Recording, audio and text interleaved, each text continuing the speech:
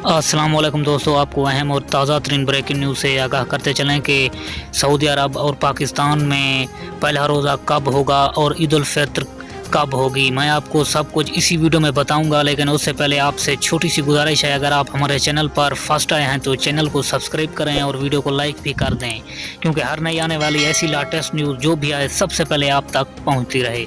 National committee ने ये ऐलान कर दिया है कि सऊदी अरब और पाकिस्तान में कब ईद उल फित्र और पहला रोज़ा कब होगा। पाकिस्तान में पहला रोज़ा 4 तारीख को होगा, यानी 4 अप्रैल को होगा, और सऊदी अरब में पहला रोज़ा 3 अप्रैल को होगा।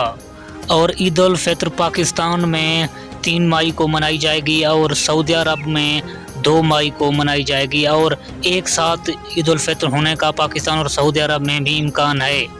आपने कमेंट्स में ये ज़रूर बताना है कि ईद उल फित्र पाकिस्तान और सऊदी अरब में एक साथ होगी या नहीं।